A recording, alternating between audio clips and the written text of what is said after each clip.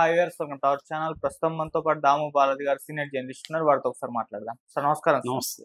Sir, pastor Praveen గారి మృతికి సంబంధించిన ఒక పక్క ఇన్వెస్టిగేషన్ జరుగుతూ ఉంది. మరో పక్క ఆయనకు సంబంధించి పలు రకాల సీసీటీవీ ఫుటేజ్లు సోషల్ మీడియాలో మొత్తం కూడా మొత్తం పబ్లిష్ అవుతూ వస్తున్నాయి. అయితే పోలీసులు లీక్ చేస్తున్నారు ఈ సీసీటీవీ ఫుటేజ్లు అని అనుకున్నారు. కానీ ఇప్పుడు ఒక ట్విస్ట్ ఏంటంటే, అసలు నిన్న మొన్న లీక్ అయిన సీసీటీవీ ఫుటేజ్లకు మాకు సంబంధం లేదని వాళ్ళు చెప్పారు సార్. మరి అలా అయితే ఈ సీసీటీవీ ఫుటేజ్లు ఎవరు లీక్ చేస్తున్నారు, ఎందుకు లీక్ చేస్తున్నారు, దీన్ని లీక్ చేయడం వెనకాల వాళ్ళ మోటివ్ ఏంటని కూడా మాట్లాడుకుంటున్నారు.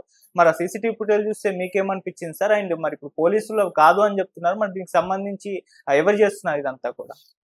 మామూలుగా అయితే ఇది ఈ ప్రవీణ్ పాస్టర్ ప్రవీణ్ది ఆత్మహత్య యాక్సిడెంట్ అనేది తేలట్లేదు ఇప్పటికి కూడా.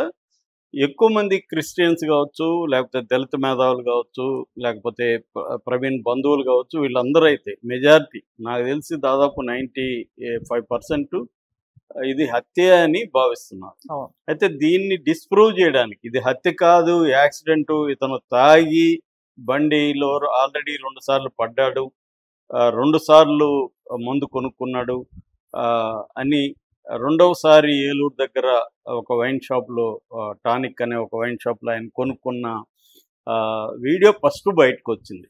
అంటే ఇతను తాగుబోతూ ప్లస్ 2 సార్లు పడ్డాడు, హెడ్ లైట్ కూడా పోయింది. ఇది ఒక నెరేటివ్ని బిల్డ్ చేయడానికి ఈ వీడియోలు బయటకు వచ్చాయి. అందరూ కూడా ఏమనుకున్నారంటే ఇవన్నీ పోలీసులే బయటికి తీసుకొచ్చారేమో అని అనుకున్నాను. కానీ ఈరోజు మార్నింగ్ BBC ఒక కథనాన్ని ప్రచురించింది. ఆ BBC కథనం ప్రకారం ఏలూరు పోలీసులు కానీ లేకపోతే అక్కడ రాజమండ్రి పోలీసులు కానీ అసలు ఇది ఈ వీడియోలతో మాకు సంబంధం లేదు, మేము ఓన్లీ ఇప్పటి వరకు ఏంటంటే 13 టోల్ గేట్ దగ్గర ఉన్న వీడియోలు మాత్రమే మేము ఆల్రెడీ అది మీడియాకి ఇచ్చాము, మిగతా వచ్చిన వీడియోలతో మాకు సంబంధం లేదన్నారు. ఇప్పుడు ఆ వీడియోలని కొన్ని పరిశీలిస్తే కూడా అక్కడ వాయిస్లు ఉన్నాయి ఆ వీడియోల్లో. చూడండి సార్, ఇదే ఇక్కడ అని చూపిస్తున్నారు.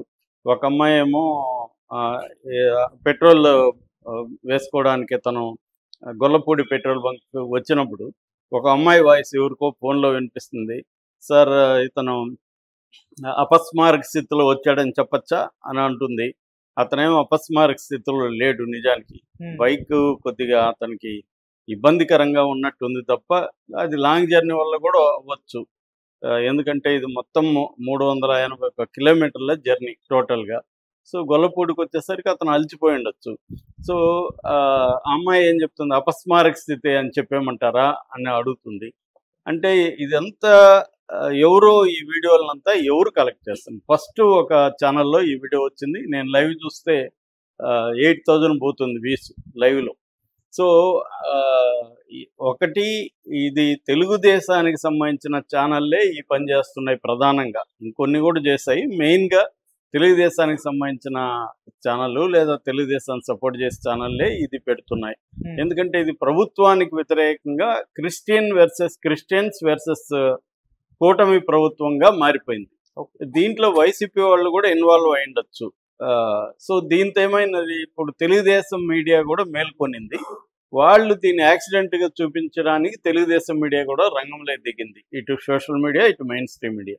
అందుకని ఇప్పుడు ఒక కథనాన్ని ఏం తీసుకొచ్చారంటే వీళ్ళు ఈ వీడియోల్ని ఎక్కడెక్కడ ఇతని జర్నీ అనే వీడియోలు తీసుకొచ్చారు.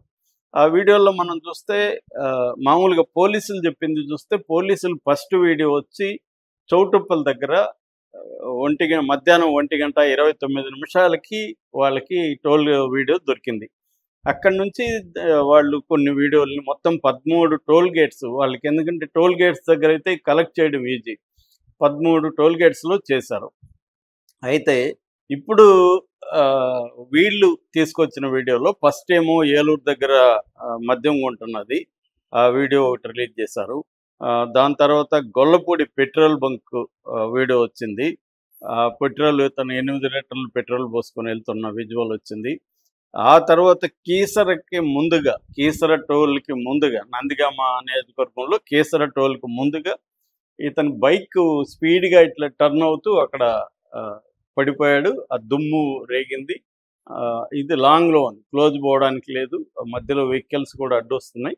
సో అక్కడ మళ్ళీ లేచి అతను బయలుదేరినట్టుగా ఉంది. ఆ బయలుదేరిన విజువల్ లేదు మళ్ళీ. అంటే ఈ విజువల్స్ని జాగ్రత్తగా పరిశీలిస్తే కొంచెం డాక్ట్రిన్ అంటారు కదా, అంటే వీళ్ళకి అనుకూలమైన ఫుటేజ్ మాత్రం పెట్టినారు. ఇప్పుడు ఫర్ ఎగ్జాంపుల్ పెట్రోల్ పోసుకున్నాడు, అతను వెళ్తున్నాడు, డబ్బులు ఇలే. సో ఇతనే మళ్ళీ ఆ అబ్బాయి రాహుల్, పెట్రోల్ పోసిన అబ్బాయి రాహుల్ని ఒక ఛానల్ వాళ్ళు ఇంటర్వ్యూ చేశారు. ఏం జరిగిందంటే ఇట్లా 8 లీటర్లు అడిగాడు, 5 లీటర్లు పోసాను, నేను ముందుకెళ్ళి డబ్బులు ఇస్తానన్నాడు, మళ్ళీ ముందుకెళ్ళి డబ్బులు ఇచ్చాడా అంటున్నాడు. మరి ఆ విజువల్ ఉండాలి కదా సీసీటీవీలో. ముందుకెళ్ళి డబ్బులు ఇచ్చాడని ఈ అబ్బాయి చెప్తున్నప్పుడు దానికి సపోర్టింగ్గా సీసీటీవీలో ఎందుకు ఇది లేదు అనేది ఒక డౌట్.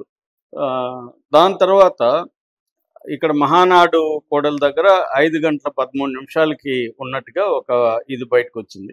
దాని తర్వాత రామవరపాడు 5:30కి అక్కడ మళ్ళీ ఫోటోలు వచ్చాయి, అక్కడ వీడియోలు రాలా. ఆ రామవరపాడు జంక్షన్ దగ్గర రింగ్ దగ్గర ఫోటోలు వచ్చాయి. ఆ ఫోటోల్లో ఇతను కూర్చొని ఉన్నాడు, వెహికల్ పెట్టున్నారు. ఇది ఎవరు తీశారు, ఎలా వచ్చాయనేది అందరూ షాక్ అయ్యారు. ఎందుకంటే సీసీటీవీ ఫుటేజ్లో నుంచి తీసింది కాదు, అది క్లియర్గా ఫోటో క్లీన్గా ఉంది. ఆ తర్వాత ఏమో ఎస్ఐ సుబ్బారావు, ట్రాఫిక్ ఎస్ఐ సుబ్బారావుని ఇంటర్వ్యూ చేశారు. ఆయన ఏం చెప్తున్నాడంటే అతను ప్రవీణా కాదో మాకు తెలియదు, అతను అక్కడ యాక్సిడెంట్ అయింది, బండి మీద నుంచి పడిపోయిన ఒక ఆటో అతను వచ్చి నాకు చెప్పాడు డ్రైవర్, నేను వెళ్ళాను, అతను లేపి అక్కడ కూర్చోబెట్టి వాటర్ ఇచ్చాను. దాని తర్వాత అతనిది హెడ్ లైట్ కూడా పోయింది. నేనేమనుకున్నా అంటే అతను తాగి ఉన్నట్టుగా కానీ నాకేమీ అనిపించలేదు, ఓన్లీ హైదరాబాద్ నుంచి వస్తున్నాను అన్నాడు. అలసిపోయినట్టుగా మాత్రం కనబడింది. అందుకని ఆ తర్వాత దగ్గరున్న నాగార్జున అనే అబ్బాయి ఉన్నాడు అక్కడ, టీ షాపు టిఫిన్లో ఉంటాయి అన్నమాట, అక్కడ అబ్బాయి దగ్గర తీసుకొని టీ తాగిచ్చాము. కొద్దిగా రెస్ట్ తీసుకొని వెళ్ళండి, అట్లాగే రిపేర్ చేసుకొని వెళ్ళండి అని చెప్పి నేను వెళ్ళిపోయాను. దాని తర్వాత అతను పడుకొని 5:30 నుంచి దాదాపు 8:20 వరకు అతను నిద్రపోయినాడు. నా డ్యూటీ అయిపోయి నేను మళ్ళీ అటువైపు వచ్చినప్పుడు ఆ బూత్ దగ్గర ఇదంతా అంటే ట్రాఫిక్ బూత్ దగ్గర జరిగింది కాబట్టి నేను అతను చూశాను.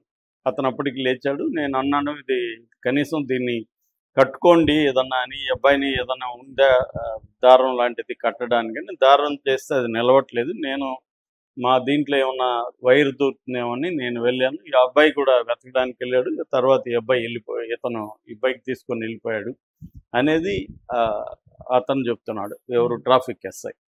సో ఇప్పుడు ఏంటంటే అతను కూర్చొని ఉన్నాడు, అలసిపోయి ఉన్నాడు, కనీసం హెల్మెట్ తీయకుండానే కూర్చున్నాడా అనేది ఒక డౌట్. హెల్మెట్ మామూలు రిలాక్స్ అవ్వడానికి అలసిపోయిన వాళ్ళు ఖచ్చితంగా హెల్మెట్ తీస్తారు కదా అనేది. సో అట్లాగే ఇక్కడ ఈ వైన్ షాప్లో ఉన్నది కూడా అతను కాదు అనేది ఎక్కువ మంది చెప్తున్నారు. సో ఇప్పుడు ఏంటంటే ఇదంతా కూడా ఫస్ట్ ప్రశ్న ఏంటంటే పోలీసులకు సంబంధం లేకుండా ఛానల్స్ అత్యుత్సాహం ప్రదర్శించి ఈ వీడియోల్ని ఎలా బయటపెట్టాయి. మామూలుగా ప్రైవేట్ వీడియోల్ని పోలీసులు అడిగితే ఇస్తారు తప్ప ఛానల్స్కి ఎందుకు ఇచ్చారు, ఛానల్స్ ఎలా పట్టుకున్నారు, సో ఛానల్స్కి ఎందుకు ఇతని యాక్సిడెంటు, పైగా ఇతను తాగి డ్రైవ్ చేశాడనే అత్యుత్సాహం వీళ్ళకి ఏమైంది, పోలీసులు కదా చేయాలి, ఛానల్స్ ఎందుకు ఇన్వెస్టిగేట్ చేస్తున్నాయి అనేది ఒక ప్రశ్న. సో దీని మీద ఇప్పటి వరకు ఏంటంటే హర్ష కుమార్తో సహా అందరూ కూడా ఏం స్పందిస్తున్నారంటే ఈ వీడియోలు మేము ముందు నుంచి చెప్తున్నాం ఇది ఫేక్, ఇతన్ని ఎక్కడో పట్టుకొని చంపేసి అతని ప్లేస్లో అతని కాస్ట్యూమ్స్ వేసి ఈ డ్రామా అంతా ఆడారు. అంటే 2 సార్లు పడిపోయాడని ఒక దగ్గర మందు తాగినట్టుగా ఇవన్నీ చేశారు. దానికి తగినట్టుగా ఇప్పుడు విజువల్స్ అంతా బయటికి తీసుకొస్తున్నారు. సో పోలీసులు చేయాల్సిన పని కొంతమంది ప్రైవేటు వ్యక్తులు చేస్తున్నారు, వీళ్ళకి ఏం సంబంధం అనేది ఇప్పుడు వాళ్ళు అడుగుతున్న ప్రశ్నలు. దీనికి పోలీసులే సమాధానం చెప్పాలి. ఎందుకంటే పోలీసుల ఇన్వెస్టిగేషన్ నిన్న కూడా ఎవరో ఒకరి మీద కేసు పెట్టి అరెస్ట్ కూడా చేశారు. మరి ఈ ఛానల్ మీద ఎందుకు వాళ్ళు చర్యలు తీసుకోవట్లేదు, మెయిన్ స్ట్రీమ్ ఛానల్ అన్నీ కూడా. సో మీరు ఎలా ఎక్కడి నుంచి తీసుకున్నారని. అట్లాగే ఇప్పుడు ఫర్ ఎగ్జాంపుల్ వైన్ షాప్ ఉంది, పోలీసులు రాలేదంటున్నాడు, అతను వచ్చారు విచారించారు కానీ ఫుటేజ్ వాళ్ళు అడగలేదని చెప్తున్నాడు. మరి అది కూడా ఆశ్చర్యంగా ఉంది. మరి విచారించినప్పుడు ఫుటేజ్ అడుగుతారు కదా వాళ్ళు. సో అంటే ఫుటేజ్ చూసి వాళ్ళు వెళ్ళినట్టుగా మనకు అర్థమవుతుంది తప్ప వాళ్ళు అంటే పోలీసుల కంటే ఛానల్స్ అత్యుత్సాహం ఉన్నాయి. సో ఎందుకు వీళ్ళు ఇంత అత్యుత్సాహంగా ఉన్నారు, అసలు వీళ్ళు చూపిస్తున్న వీడియోల్లో ఉన్నది ప్రవీణ్ కాదు, అదంతా కూడా డాక్టరీని